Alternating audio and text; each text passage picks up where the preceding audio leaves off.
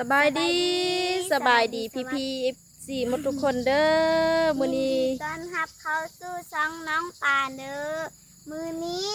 น้องปานจะพา FC ไปเบิ่งส่วนกล้ายางของแม่น้องปานเองเด้อทุกคน จังเชิงสิเป็นแนวใดนั้นเฮาก็ไปฮับเบิ่งฮับส้มน้ำกันเนาะนี่ก็คือญาติเหือแรงใจแรงกายของแม่น้องปานเฮ็ดเองเด้อทุกคน บ่ได้รับจ้าง จังใดนั้นก็ไปฮับเบิ่งฮับส้มน้ำกันเด้ออันนี้ก็คือต้นกาต้นอย่างเนาะแม่น้องปานกาแก้นมันบ่ออกทีแรกนะเอาแก้นมาใส่แล้วมันบ่ออกเนี่ยเนาะแล้วก็เลยว่าได้ไปซื้อแก้นมาอีกซื้อแก้นมาแล้วก็มากาบัดนี้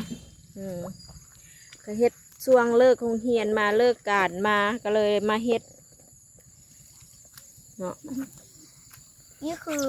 แม่น้องปานเฮ็ดทั้งหมดเลยเด้อทุกคนนี่ แถวนี้มันบ่ออกทุกคนแม่น้องปานเอาแก้นนะเอาแก้นอย่างมาแล้วมาซ้ำเลยมาซ้ำแล้วมันบ่ออกเป็นมะยอนมะแย่นออกกะห่างๆสับเบิ่งไหมออกบ่ดีช่วงแม่น้องปานเฮ็ดหน้าช่วงเขาเฮ็ดให้มันฝนตกแห้งได้บังเอิญว่าฝนตกเอาแถวว่าฝนตกแล้วก็ว่าเน่าบัดนี้แม่ออกมายอนมาแยนห่างบ่อนออกบ่อนบ่อไปสิก็เลยว่าได้ไปสร้างเอาแก้นมาไหมแล้วก็มา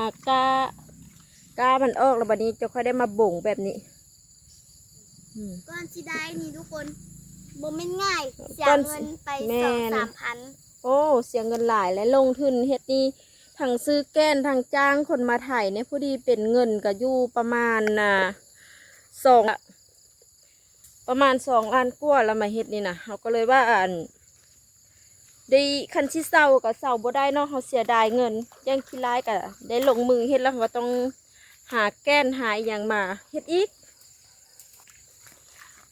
อันนี้แม่น้องป่านน่ะได้น้ำใส่เพื่อว่าให้ดินนะมันอ่อนแล้วเขาก็เอาไม้ลุงซักเนาะนี่ไม้ลุงก็ได้เอาไม้ลุงทั้งซักมันจะค่อยอ่อนนี่ไม้ลุงแม่น้องป่านเฮ็ดซักเป็นว่างนะนี่แหละเป็นว่างนี่เลยแม่น้องปานใส่ไม้ไผ่เด้อนี่เด้ออันนี้เป็นไม้ไผ่เวลาเขาได้น้ำใส่แล้วมันก็ดินก็อ่อนก็นุ่มเด้เขาก็เลยว่าอาศัยเฮ็ดแบบนี้แหละแม่น้องปานดุมันได้ทุกคนจึงได้มาเนื้อนี่นั่นว้าดุมันวะแม่นบ่แม่ดุมันบ่หรือว่าแม่ขี้คร้านบ่ขี้คร้านบ่ไผกะขี้คร้านให้ลูกเอ้ยจำเป็นบ่มีผู้เฮ็ดเงินจ้างบ่มีก็ต้องได้เฮ็ดเองเฮ็ดไปมื้อละเล็กละน้อยตามกำลังแห่งของเฮาเนาะคอยคำยามแรงแล้วพุ่นลูกชายกะนั่งเขาเมาอยู่พุ่นอ่างเป่าเบิ่งแม่เฮ็ดปานมาจับกล้องเบิ่งจับกล้องให้แม่ดูลูกนะเป็นมือกล้องมะแม่สิบงอย่างจับเดี๋ยวคือกล้องเงี่ยงหลายเหน่งหลายมาเบิ่งแม่น้องปานเฮ็ด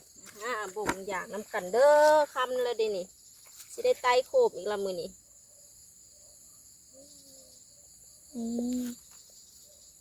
เอาไปอย่างตัวนี้คือน้อยแทะอันใดน้อยตัวแม่บงเมื่อกี้มันก็มีเบี้ยน้อยเบี้ยใหญ่แหละลูกคนเฮาก็มีผู้ตุ้ยผู้จ้อยมีผู้ตุ้ยผู้จ้อยเตี้ยผู้ต่ำผู้สูงผู้โยกนะผู้ขี้ลายผู้งามก็คือกับอย่างนี่แหละเนาะคือกันแล้วอันใดก็มีผู้ดีผู้ซั่ว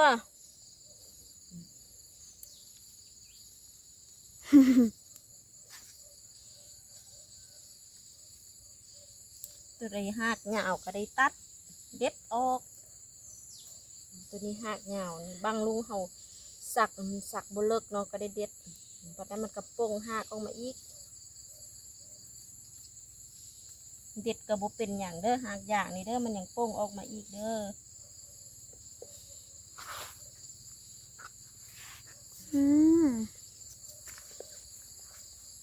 คือจิ้มไอ้คักเลยเนาะแม่เนาะได้นั่งย่องยอตลอด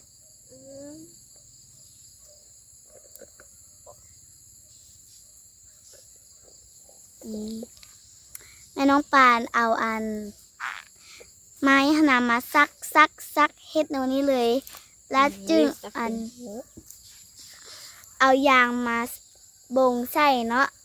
แม่นแล้ว ทำอิฐแม่น โอ้บ่ได้บ่ดิมันดินแข็งเอาท่อมาต่อน้ำก่อน จะเอาท่อมาต่อเด้อ ต่อเอาน้ำมาท่อตรงนี้ อันนี้คือได้เอาท่อมาต่อเพราะว่า ท่อมันสั้นเนาะ ดี แล้วแม่น้องปานก็เลยได้เอาท่อหั่นน่ะมาต่อใส่เพื่อจะเอาน้ำไปให้มันดินอ่อนท่อมันสั้น มันบ่มีน้ำอยู่ดินแล้วก็เฮ็ดให้มันแข็งเด้อ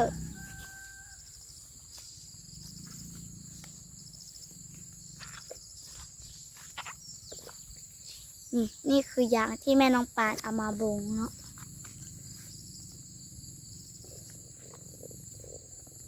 ไปเลยกำลัง จะเอาท่อมาต่ออุ้ย ทำละเด้ สิได้ไต้ไฟละนี่นะสิได้ไต้ไฟสายมาเฮ็ดเวียกแล้วแม่ ไปใส่เตาผมแล้วเลยทำให้ติดตา อู้ทุกอย่างแล้วแม่ ย่างมันย่างเป็นแบบนี้ละลูกก็จับเอาคุณแม่แม่ อัพตึง เออแล้ว ผุนน้องของน้องป่านนะทุกคนอยู่หัน อังเป้า น้องอังเปา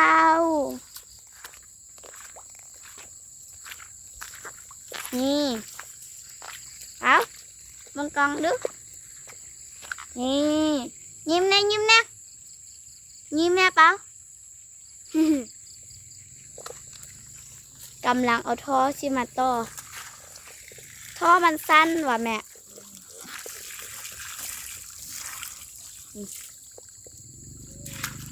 เบิ่งเอาผ้ามาแม่ดูเป้าหมดมันดูโทรศัพท์พะนา ลูกพักตัวแม่ ดูภาพก็ได้อุ้น่ะเบิ่งอยู่ไหนบ่อยู่เสียมาเบิ่งดู อืมอันนี้ได้น้ำมาโดดแล้วได้ทุกคน ก้นดอกเอาผ้ามา โอ้ เบิ่งแม่ไปแปลงอันนี้ก่อน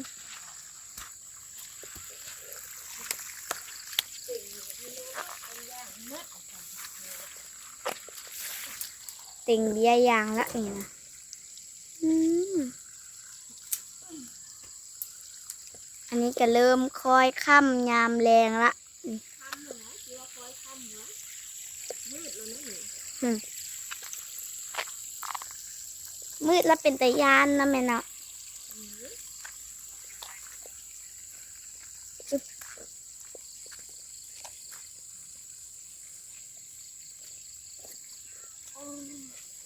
เป็นอย่างเตียงหลายบ่า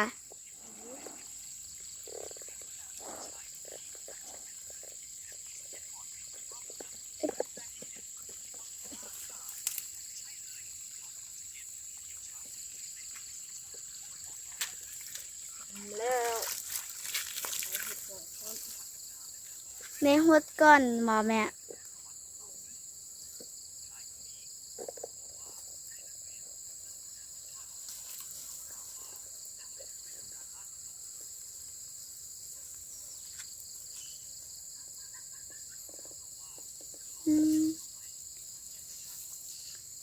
นี่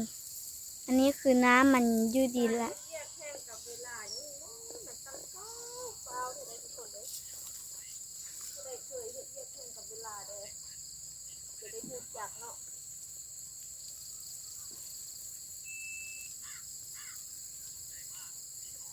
คือว่ามาลบออฟแอปทำแล้วมืดแล้ว นี่คือแม่น้องปานจะเอาน้ำหดยางเพื่อจะโบให้มันแห้วละ มันจึงโบตายนะแม่เนาะ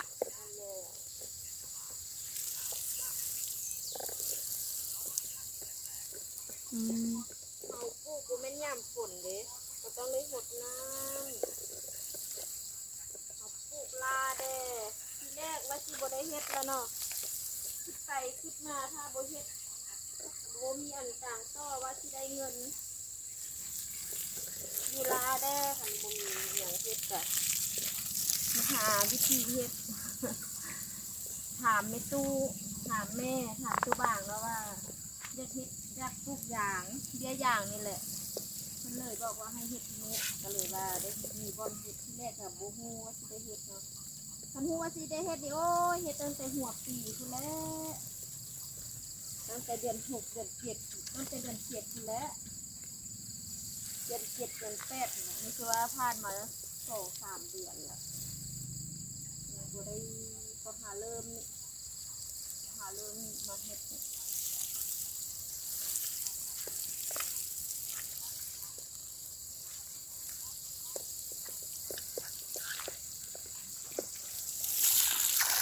ใช่ค่ะแต่งโทนกันมืดแล้วเด้นี่นะ มาแปลงท่อมันใหญ่โพดตัว อันโทบูดูเห็นอยู่วะเห็นบอกว่าไม่เห็นแต่หน้าแม่วะเห็นอันที่นะปั่นน่ะ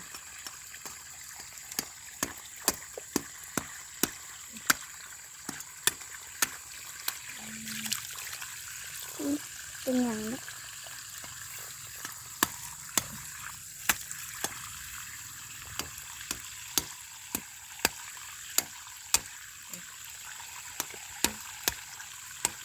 แม่เฮ็ดนี่กระดนเติบแล้วนะแม่เนาะ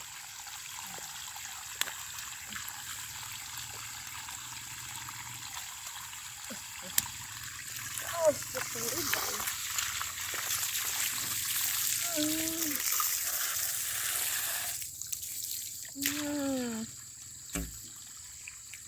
สั้นเนาะ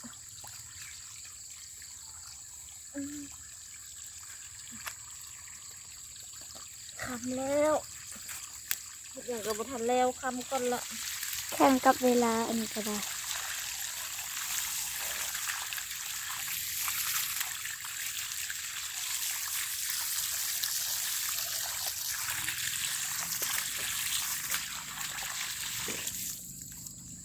อึ๊บนี่ต่อได้ละปันนี้นะ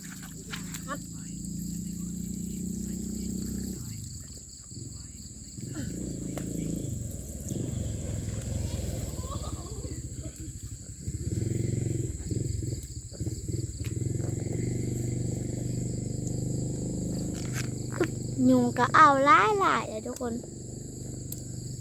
ตอนค่ำแล้วดิ